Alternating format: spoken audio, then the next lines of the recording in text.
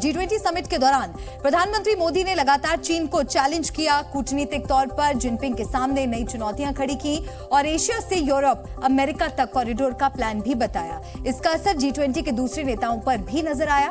इसके बाद इटली की पीएम जॉर्जिया मेलोनी ने भी ठान लिया कि अब चीन को इटली तक रास्ता बनाने नहीं दिया जाएगा। पीएम मेलोनी को यह बात अच्छे से समझ आ गई है कि चीन चालबाजी का जाल बुनकर दूसरे देशों को फंसाता है। इसलिए मेलोनी ने भारत पर भरोसा करते हुए पीएम मोदी के दिखाए रास्ते पर चलने का मन बनाया है।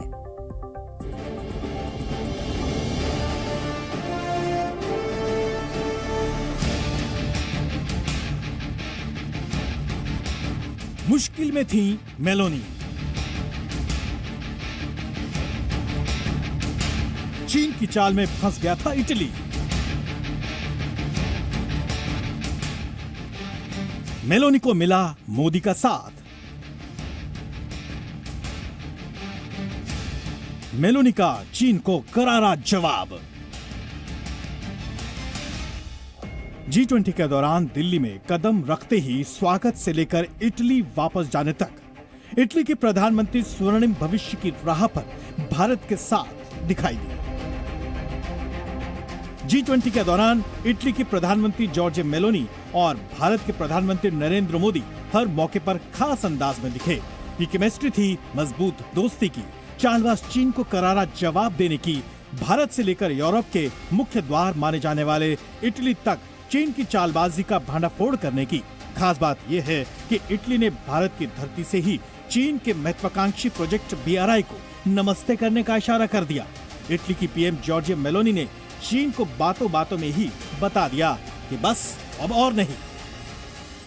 Diciamo così, costruisce il nostro rapporto bilaterale con la Cina, come del resto è dimostrato dalle nazioni europee che in questi anni non hanno fatto parte della via della seta e pur tuttavia sono riusciti, diciamo, a stringere con la Cina rapporti più vantaggiosi di quelli che a volte stringevamo noi. Per cui il tema è come garantire, indipendentemente dalle scelte che noi faremo sulla Belt and Road Initiative, come continuare a garantire un partenariato che può essere vantaggioso per entrambi. दरअसल Italy ने इस बात के संकेत दे दिए हैं कि अब उसके लिए भारत के मायने ज्यादा हैं, न कि चीन की चालबाजी के। साफ है, चीन को इस बात का जोरदार झटका लगा है कि यूरोप के एकमात्र देश और G7 के अगले साल होने वाले शिखर सम्मेलन के अध्यक्ष जॉर्जिया मेलोनी ने चीन के चालबाजी के रास्ते में अड़ंगा लगा दिया है। वहीं पीएम मोदी और इटली के प्रधानमंत्री जॉर्जिया के बीच हुई द्विपक्षीय बैठक में व्यापार और रक्षा संबंधी कई अहम मामलों में चर्चा हुई।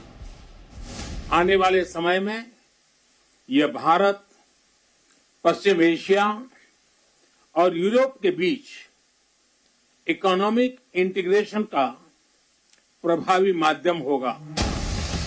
आपको बता दें कि G7 की अगले साल होने वाली बैठक इटली में हो रही है। जाहिर है, इस बैठक से पहले ही इटली को अपनी इच्छा दुनिया के सामने रखना जरूरी था। 6 महीने पहले रायसीना डायलॉग के मौके पर भी इटली की पीएम मेलोनी ने पीएम मोदी की इतनी तारीफ की कि उन्हें अपना सबसे चहेता नेता तक बताया। The most loved one of all around the world, but I mean this has really proven that he has been a major leader and congratulations for that.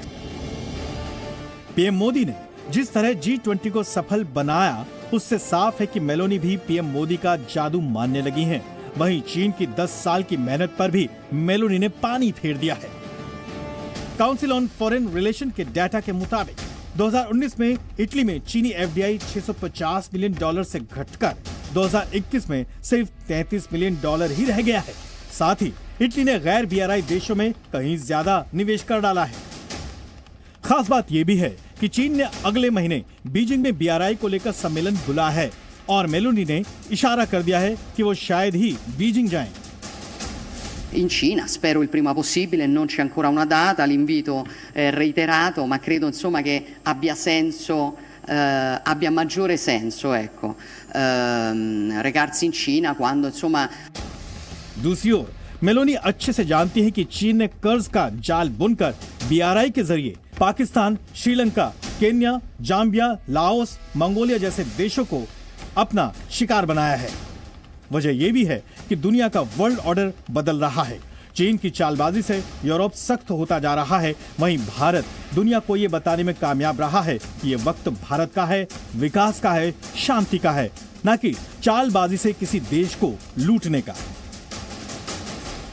Bureau report, ji media. और अब आपको बताते हैं कि कैसे Giorgia Meloni ने चीन के रास्ते पर नो एंट्री का बोर्ड लगा दिया है। चीन पिछले 10 सालों से BRI कॉरिडोर बना रहा है। इससे उसने 150 से ज्यादा देशों को जोड़ा हुआ है।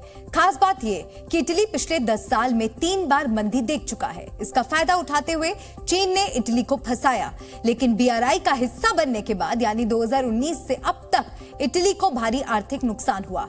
इटली की PM समझ गई हैं कि भारत और पश्चिमी देशों का विश्वास जीतना है तो चीन के जाल में नहीं फंसना है।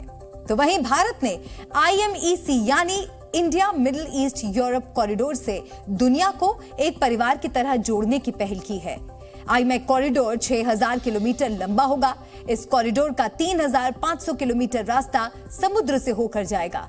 इससे यूरोप जाने के लिए 40% कम समय लगेगा। भारत अपना सामान आसानी से यहां पहुंचा सकेगा। अभी करीब 36 दिन का समय लगता है, यानी इस रूट से 14 दिन की बचत होगी।